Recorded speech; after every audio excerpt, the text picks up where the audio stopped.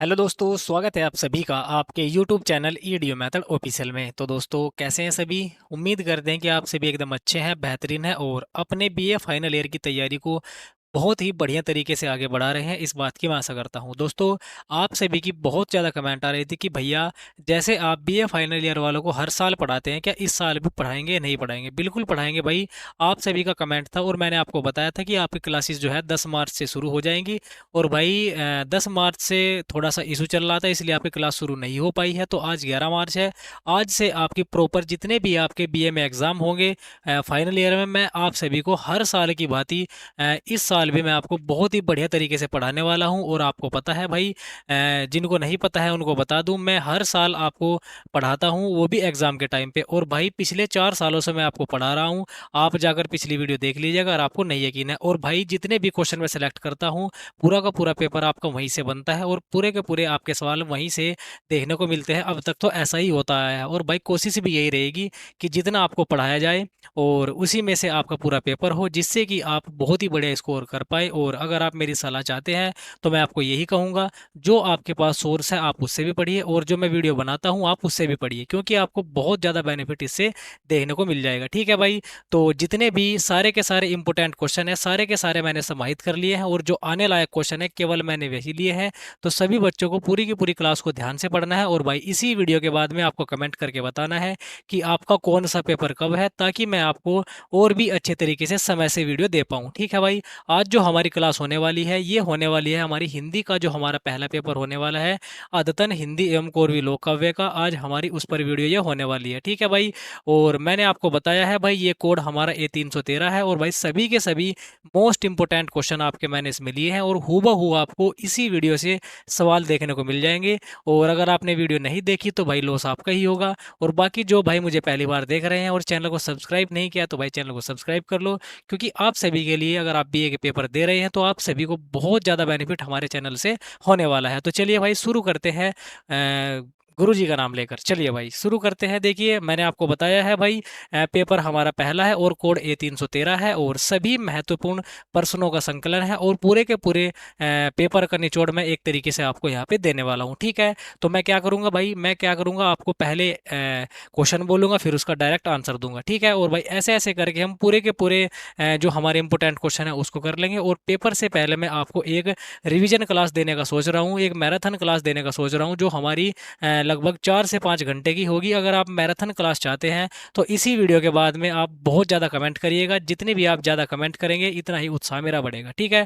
तो अगर आपको पूरी की पूरी मैराथन क्लास चाहिए, जिससे कि आपको सारे के सारे क्वेश्चनों का रिवीजन एक बार ही हो जाए, तो आपको इसी वीडियो के बाद में कमेंट कर देना है। ठीक है भाई? चलिए शुरू करते हैं। क्वेश्चन नंबर 1 आपका, अज्ञेय जी का पूरा नाम क्या था? देखिए, अज्ञेय जी का पूरा नाम था हमारा सच्चिदानंद हीरानंद वात्स्यायन अज्ञेय। ठीक है? तो ऑप्शन नंबर बी क्या होगा, यहाँ पे राइट आंसर हो जाएगा। हालांकि यहाँ पर सच्चिदानंद की वर्तनी गलत लिखी हुई है और इस क्वेश्चन के हिसाब से अगर मैं आंसर मानूं तो इनमें से कोई नहीं होगा भाई। ठीक है? और बाकी सच्चिदानंद मैं आपको एक बार सही से लिख लिख के दिखा देता हूँ। शुद्ध रूप से सच्चिदानंद ऐसे लिखा जाता है, सच्चिदानंद। सच्चिदानंद हमारा इस प्रकार से लिखा जाता है। अगर भाई ये हमारा ऑप्शन में होता इसकी जगह, तो हमारा राइट आंसर बी वाला होता। लेकिन फिलहाल हमारा राइट आंसर क्या होगा? फिलहाल हमारा राइट आंसर हो जाएगा मेरे भाई, ये होगा हमारा ऑप्शन नंबर डी वाला। ठीक है? तो ये क्या है हमारे, ये हमारा क्वेश्चन नंबर 1 है। चलिए आगे बढ़ते हैं। क्वेश्चन नंबर 2, अज्ञेय का जन्म कहाँ हुआ था? देखिए भाई, अज्ञेय का जन्म आपको बताना है कहाँ पर हुआ था। ये है हमारा क्वेश्चन नंबर 2। साथ में मैं आपको क्वेश्चन भी नोट कर दूंगा यहाँ पे, जिससे कि आपको कन्फ्यूजन ना हो। ठीक है? तो अज्ञेय जी का जन्म हुआ था 7 मार्च 1911 में। कब हुआ था मेरे भाई? 7 मार्च 1911 में। चलिए आगे बढ़ते हैं। क्वेश्चन नंबर 3, क्वेश्चन नंबर 3 आपके सामने है भाई, ध्यान से पढ़ेंगे, एक एक क्वेश्चन सेलेक्टेड है भाई। अज्ञेय का जन्म स्थान कहाँ पर है भाई? ये है हमारा कसिया। कहाँ पर है? कसिया। ऑप्शन नंबर ए क्या होगा इसका, हमारा राइट आंसर हो जाएगा। ठीक है भाई? आगे बढ़ जाते हैं। अज्ञेय जी के पिता का क्या नाम था? देखिए, अज्ञेय जी के पिता का नाम था मेरे भाई हीरानंद। क्या था? हीरानंद। क्वेश्चन नंबर 4 आपका ये था। ठीक है? आगे बढ़ते हैं क्वेश्चन नंबर 5 की ओर।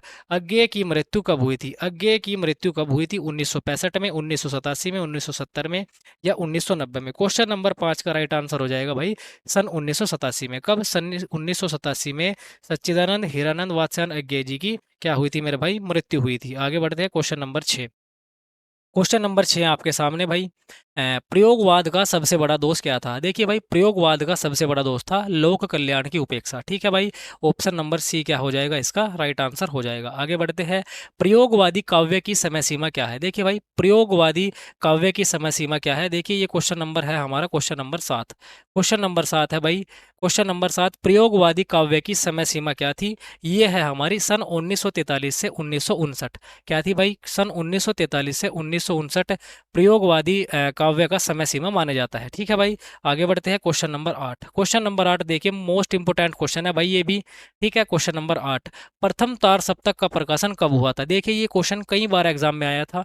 एक बार तो ऐसे आया है, प्रथम तार सप्तक का प्रकाशन कब हुआ, अज्ञेय ने तार सप्तक का प्रकाशन कब किया, अथवा अज्ञेय ने संपादत्व में नकल प्रथम तार सप्तक का प्रकाशन किस वर्ष में किया था? ठीक है भाई, ये आपका क्वेश्चन है। तो प्रथम तार सप्तक का प्रकाशन कब हुआ था मेरे भाई? ये हुआ था हमारा सन 1943 ईस्वी में। कब हुआ था? सन 1943 ईस्वी में हुआ था। Most important question. आगे बढ़ेंगे। दूसरा तार सप्तक कब प्रकाशित हुआ? देखिए भाई, दूसरा तार सप्तक कब प्रकाशित हुआ, ये है हमारा क्वेश्चन नंबर 9। तो भाई दूसरा तार सप्तक हमारा ये हुआ था भाई, ये हुआ था सन 1951 में। कब हुआ था? सन 1951 में। ऑप्शन नंबर सी क्या हो जाएगा हमारा, राइट आंसर हो जाएगा। Question number 10। क्वेश्चन नंबर 10 आपके सामने भाई, तीसरा तार सप्तक का प्रकाशन कब हुआ था? तीसरा तार सप्तक का प्रकाशन हुआ था भाई 1959 में। कब हुआ था? 1959 में। ऑप्शन नंबर बी क्या होगा हमारा, एकदम से राइट उत्तर हो जाएगा। ठीक है भाई, पीडीएफ के लिए आपको क्या करना है, पीडीएफ के लिए मैं आपको आगे बताऊंगा। ठीक है भाई, चौथा सप्तक का प्रकाशन कब हुआ था? चौथा तार सप्तक भाई साहब, पूरा का पूरा तार सप्तक तक इंपॉर्टेंट है। यहाँ से हर साल पेपर में आता है क्वेश्चन, तो मैंने सारे क्वेश्चन लिए हैं, टेंशन लेने की बात नहीं है। ठीक है, बाकी जितना मैं पढ़ाऊंगा आपको ये पढ़ लेना है, और बाकी मैराथन क्लास में जितनी भी आपकी पीछे की सारी क्लासेज होगी उनका रिवीजन करके आना है। और मैराथन क्लास में मैं आपका बहुत ही बढ़िया तरीके से रिवीजन करा दूंगा अगर आप कहेंगे तो। ठीक है, लेकिन आपको कमेंट करके बताना है कि एग्जाम से पहले आपको मैराथन क्लास चाहिए या नहीं चाहिए। ठीक है भाई, चौथा सप्तक कब हुआ था? देखिए भाई, चौथा तार सप्तक कब हुआ था, ये कौन सा क्वेश्चन है भाई, देखता हूँ मैं एक बार। Question number 11। क्या है भाई? क्वेश्चन नंबर 11 आपके सामने है भाई। क्वेश्चन नंबर 11 देखिए भाई, चौथा तार सप्तक जो प्रकाशित हुआ था ये हुआ था सन 1979 में। कब हुआ था? 1979 में। Option number D. आगे बढ़ जाते हैं भाई। Question number 12। क्वेश्चन नंबर 12 है भाई, गद पचीसी का प्रणय निवेदन अज्ञेय के किस काव्य संग्रह से संबंधित है? ये है भाई कौन सा हमारा, क्वेश्चन नंबर 12। क्वेश्चन नंबर 12 गद पचीसी, ये है भाई हमारा भगनदूत में। किसमें? भगनदूत में।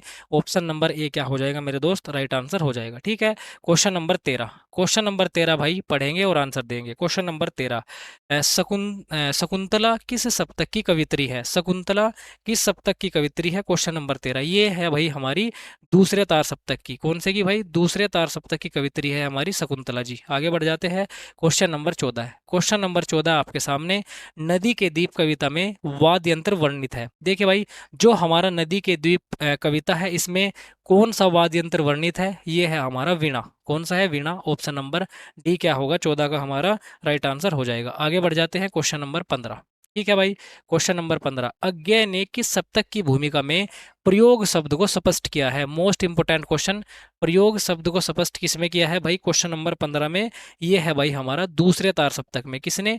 दूसरे तार सप्तक में अज्ञेय ने जो है प्रयोग शब्द को स्पष्ट किया है। ठीक है भाई, आगे बढ़ते हैं। तार सप्तक में कितने कवियों को स्थान मिला है? ये है भैया हमारा क्वेश्चन नंबर 16। देख लेते हैं एक बार। क्वेश्चन नंबर, हाँ 16 है, क्वेश्चन नंबर 16। क्वेश्चन नंबर 16 है भाई, तार सप्तक में कितने कवियों को स्थान मिला है? तार सप्तक में भाई मिला है हमारा 7 कवियों को स्थान। ठीक है, कितने कवियों को मिला है? 7 कवियों को स्थान मिला है। आगे बढ़ते हैं। Question number 17। ठीक है भाई, पूरी की पूरी क्लास को ध्यान से देखना है। ठीक है, क्वेश्चन नंबर 17 आपके सामने है भाई, पढ़ेंगे और आंसर देंगे। भावुकता के स्थान पर बौद्धिकता की प्रतिष्ठा किस कविता द्वारा की गई है? ठीक है, इसमें हो जाएगा भाई हमारा क्वेश्चन नंबर 17 का राइट आंसर हो जाएगा प्रयोगवादी कविता में। किसमें भाई? प्रयोगवादी कविता में। Option number B. ठीक है, आगे बढ़ते हैं। प्रयोगवाद का कला पक्ष सलिगत विद्रोह, ये है भाई विद्रोह, सलिगत विद्रोह है। ठीक है, यह कथन किसका है? यह कथन है भैया अज्ञेय जी का। किसका है? क्वेश्चन नंबर शायद 18 है। Question number 18। ठीक है, ये है हमारा क्वेश्चन नंबर 18। क्वेश्चन नंबर 18 का हमारा राइट आंसर हो जाएगा, सॉरी सॉरी, ये नहीं होगा, इसमें होगा भाई, ये कहा है किसने? डॉक्टर नगेंद्र ने। किसने कहा है?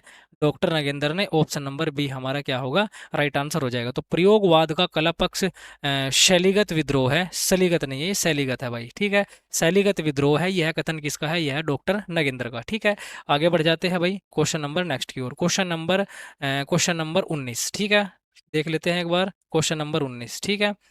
चलिए भाई क्वेश्चन नंबर 19। अज्ञे की सबसे लंबी कविता कौन सी है? अज्ञे की सबसे लंबी कविता कौन सी है? देखिए भाई, अज्ञे की है असध्य वीणा। असध्य वीणा कविता ऐसी है जो इनकी सबसे लंबी है, ठीक है भाई। आगे बढ़ते हैं क्वेश्चन नंबर 20, ठीक है। थोड़ा जल्दी जल्दी कर लेंगे क्योंकि भाई क्वेश्चन थोड़े से ज़्यादा हैं, तो मैं कम से कम समय में ही आपका कराने की कोशिश करूंगा। निम्नलिखित में से किस कविता का शीर्षक अज्ञे के एक उपन्यास का शीर्षक भी है?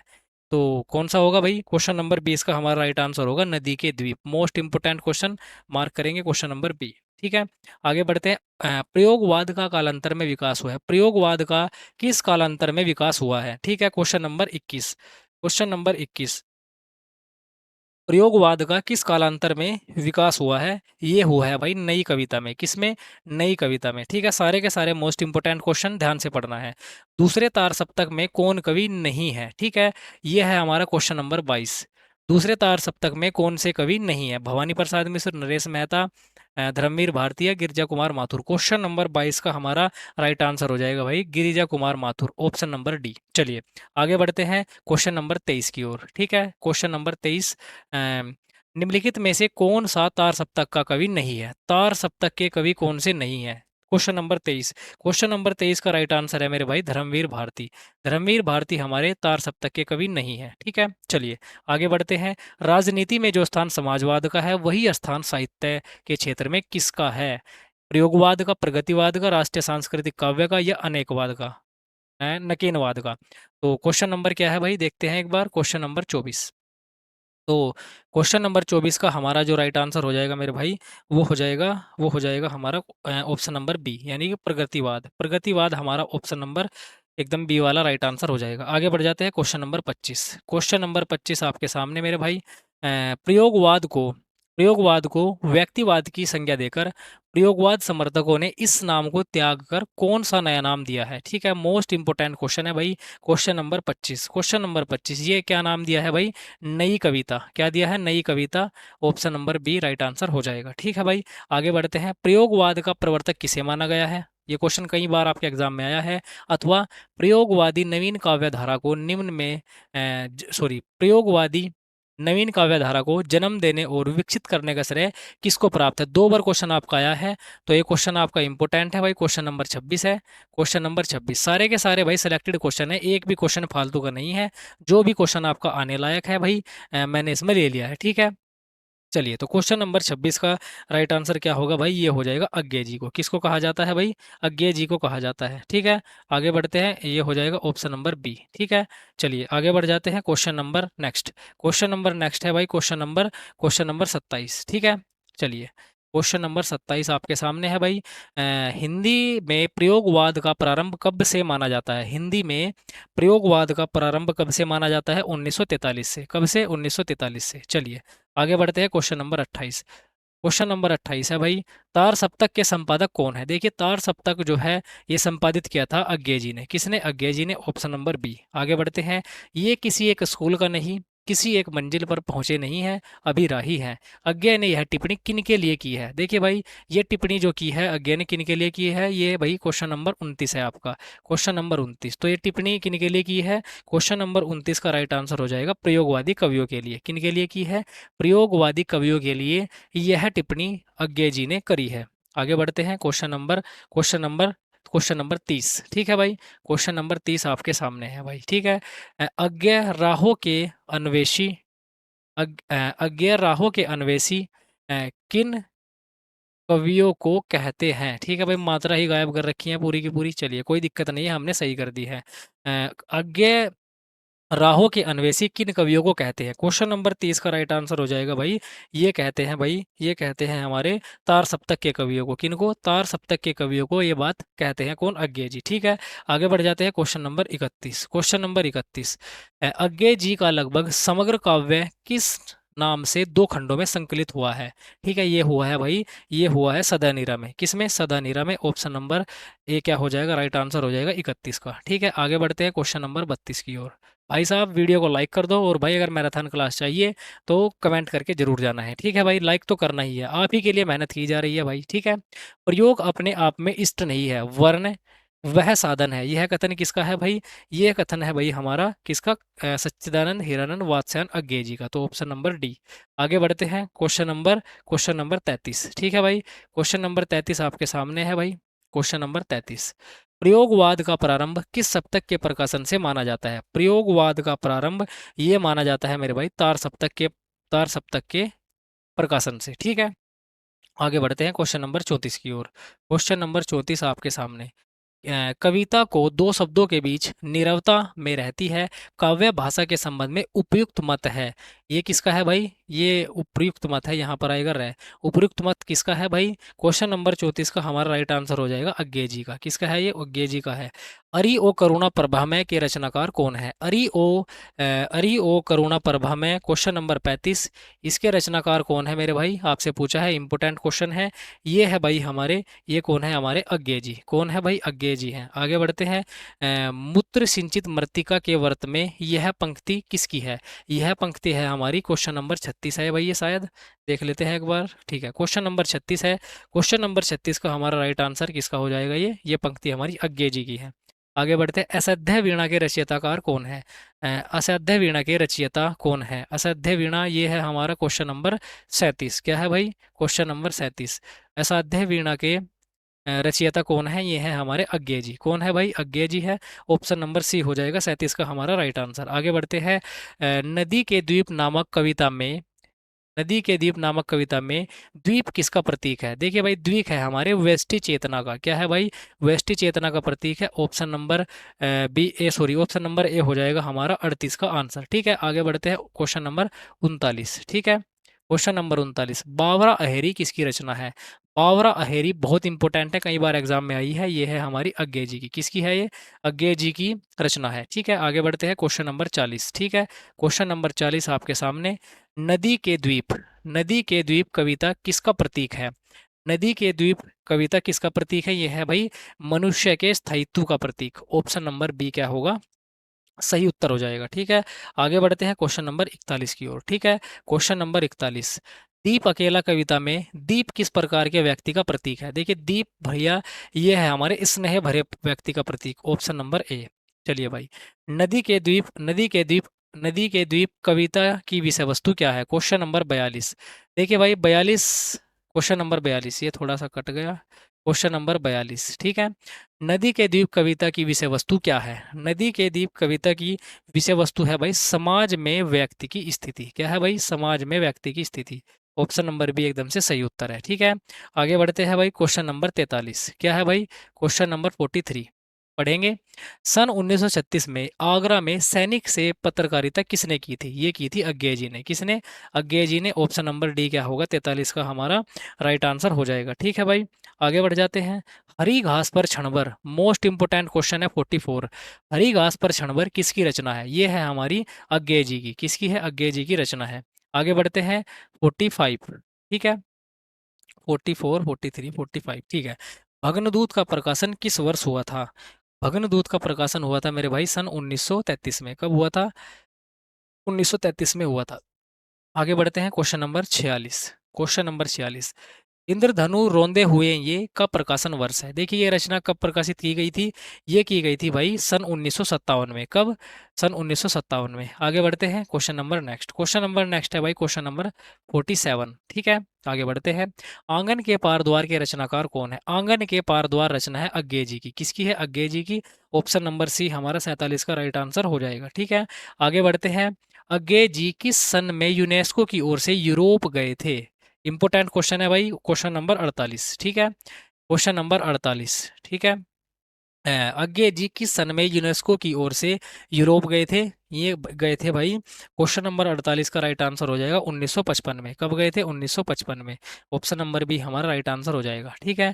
Question number 49, question number 49, Agyeya ji के जीवन का मूल दर्शन उनकी किसी कविता में प्रतिफलित है। कौन सी कविता में भाई? ये है भाई हमारी नदी के द्वीप में। किसमें? नदी के द्वीप में। ऑप्शन नंबर सी क्या हो जाएगा हमारा एकदम से सही आंसर हो जाएगा। ठीक है। तो जो भाई चैनल को पहली बार देख रहे हैं और वीडियो को लाइक नहीं किया है तो भाई वीडियो को लाइक कर दो और फटाक से चैनल को सब्सक्राइब कर दो भाई। ठीक है। चलिए आगे बढ़ते हैं। Question number 50, question number 50, question number 50 आपके सामने प्रकाशन काल की दृष्टि से आपको सही क्रम में लगानी है। ठीक है भाई। तो सबसे पहले क्या आई थी? इत्तेलम, फिर बावरा अहेरी, उसके बाद सागर मुद्रा आई थी। ठीक है। तो बी हमारा एकदम से सही अनुक्रम हो जाएगा। आगे बढ़ते हैं। क्वेश्चन नंबर 51, क्वेश्चन नंबर 51 आपके सामने भाई, नदी के द्वीप किसकी रचना है? नदी के द्वीप है भाई मेरे किसकी? अज्ञे जी की रचना है। किसकी है? अज्ञे जी की। आगे बढ़ जाते हैं। Question number next, question number हो जाएगा आपका 52। ठीक है भाई। क्वेश्चन नंबर 52, हम नदी के द्वीप हैं, हम नहीं कहते कि हमको छोड़कर स्रोतस्विनी बह जाए। इस कविता में नदी का क्या प्रतीक है?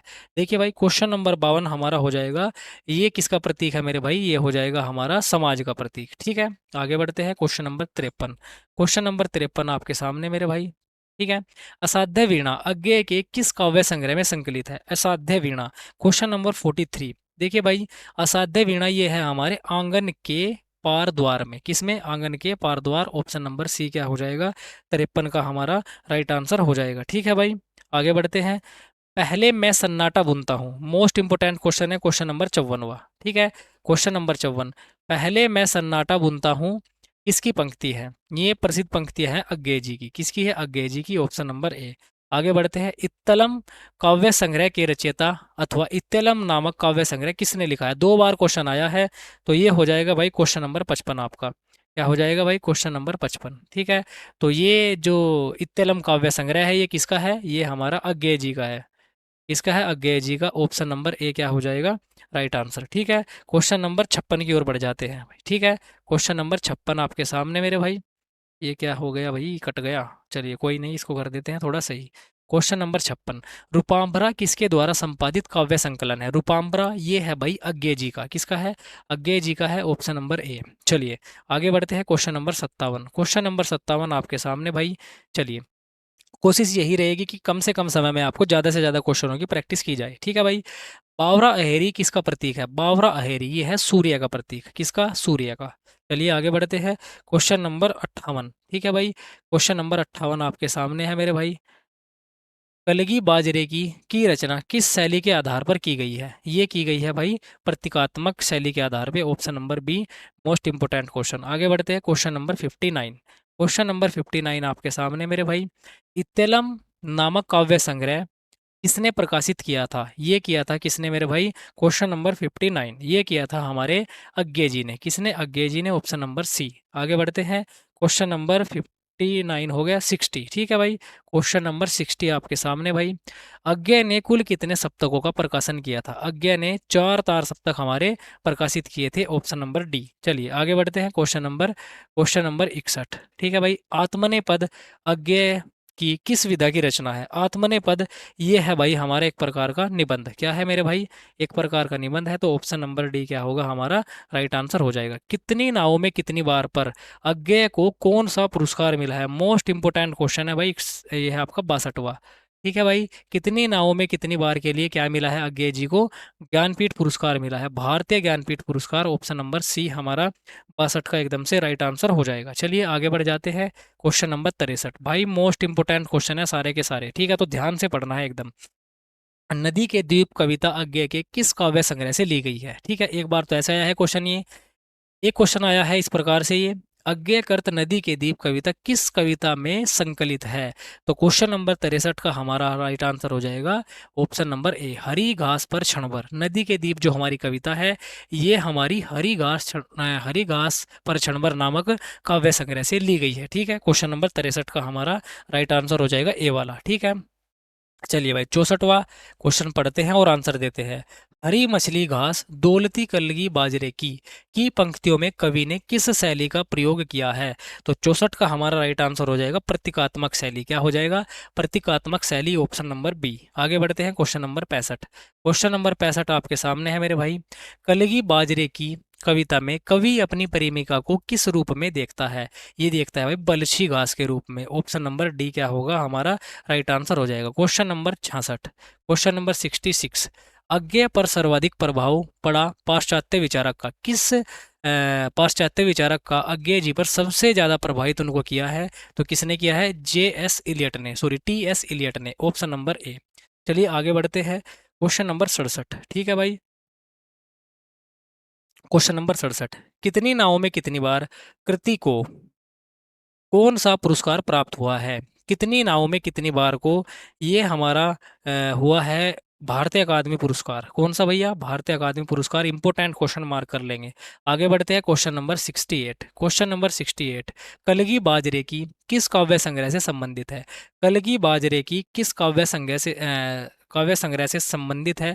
ये है हमारी हरी घास पर क्षणभर। ठीक है, हरी घास पर क्षणभर से ली गई है कलगी बाजरे की। ठीक है, 68वां। आगे बढ़ते हैं 69। ठीक है भाई। 69 मोस्ट इंपोर्टेंट क्वेश्चन, कई बार आपके एग्जाम में आया है। साम्राज्ञी का निवेदयान में साम्राज्ञी कौन है? अथवा दूसरी बार कैसे आया है पेपर में ये? साम्राज्ञी का निवेदन कविता किस जापानी साम्राज्य की स्मृति, ये भैया स्मृति है, क्या है भैया?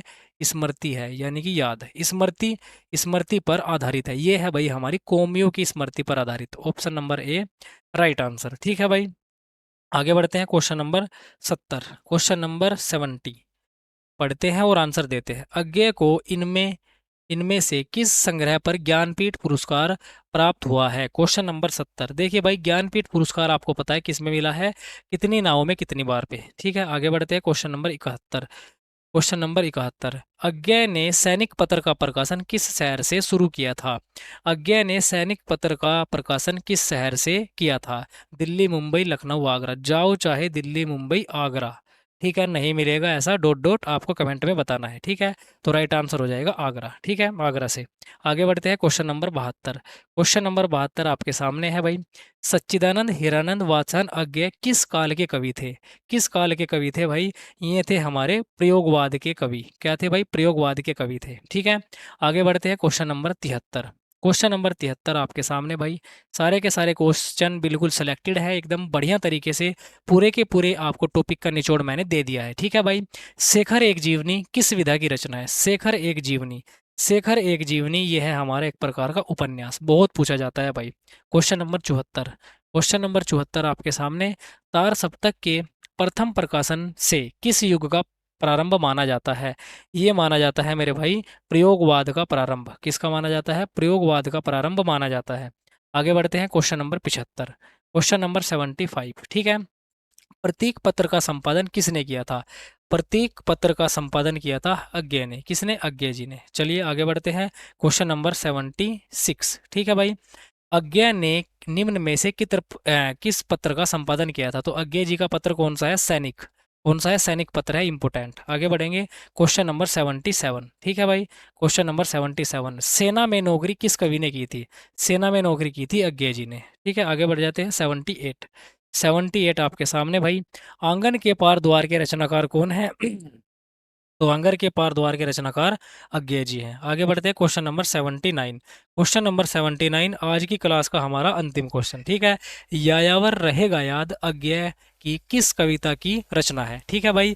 ये क्या है भाई? ये है हमारी एक प्रकार का यात्रा वृतांत। क्या है भाई? एक प्रकार का यात्रा वृतांत है। तो भाई ये हमारे 79 क्वेश्चन थे जो मैंने आपको पढ़ाए हैं। ठीक है भाई। आगे आपका इसमें एक दो पार्ट और बनेंगे और बाकी जितने भी क्वेश्चन मैंने कराए हैं भाई सारे के सारे एकदम सिलेक्टेड क्वेश्चन है। और आपको जो है इधर उधर की चीज़ें ज़्यादा नहीं पढ़नी है। आपके पास जो सोर्स है आप उससे पढ़ेंगे और जो मैं आपको पढ़ा रहा हूँ, जितना मैं आपको पढ़ा रहा हूँ आप इतना कर लीजिए, बस आपका पेपर बहुत अच्छा जाएगा। गुरु महाराज की कृपा से आप सभी का पेपर बहुत बढ़िया होगा। और भाई आप सभी जो है क्या करेंगे, चैनल को सब्सक्राइब करेंगे। और अगर आपको इस प्रकार से और क्लासेस चाहिए या किस सब्जेक्ट की आपको क्लास चाहिए, तो इसी वीडियो के बाद में आपको कमेंट करना है। और हाँ, अगर आपको मैराथन क्लास चाहिए तो मैराथन भी मैं आपको कराऊंगा, तो आपकी कमेंट मुझे चाहिए इस पर, ठीक है। कमेंट तो मुझे चाहिएगी, कम से कम आप कमेंट करिएगा और बढ़िया तरीके से आप मुझे बताइएगा कि आपको मैराथन क्लास चाहिएगा कि नहीं चाहिएगा, ठीक है भाई। अगर आपको मैराथन क्लास चाहिए तो भैया आपको कमेंट में लिखना है भैया हमें मैराथन क्लास चाहिए। और हाँ बिल्कुल, अगर आपको पीडीएफ चाहिए, पीडीएफ के लिए आपको क्या करना है भाई, पीडीएफ के लिए आपको हमारे टेलीग्राम चैनल को ज्वाइन करना है। टेलीग्राम पर आपको इस क्लास के बाद में सारी की सारी पीडीएफ आपको वहीं पर मिल जाएगी जितनी मैं पढ़ाऊंगा। और भाई टेलीग्राम को ज्वाइन करना है। और भाई जिन्होंने हमें इंस्टाग्राम पे फॉलो नहीं किया है, इंस्टाग्राम की लिंक भी मैं आपको इसी वीडियो के डिस्क्रिप्शन में दे दूंगा, ठीक है। वैसे आप मुझे फॉलो करेंगे genius_vikas_197, ठीक है। आप वहाँ पर भी जाकर मुझे अपना सवाल पूछ सकते हैं और भैया फॉलो कर लीजिएगा जाके एक बार, ठीक है। चलिए मिलते हैं अगली वीडियो में, तब तक के लिए पढ़ते रहना है और बढ़िया तरीके से अपनी तैयारी को करते रहना है। जय हिंद दोस्तों।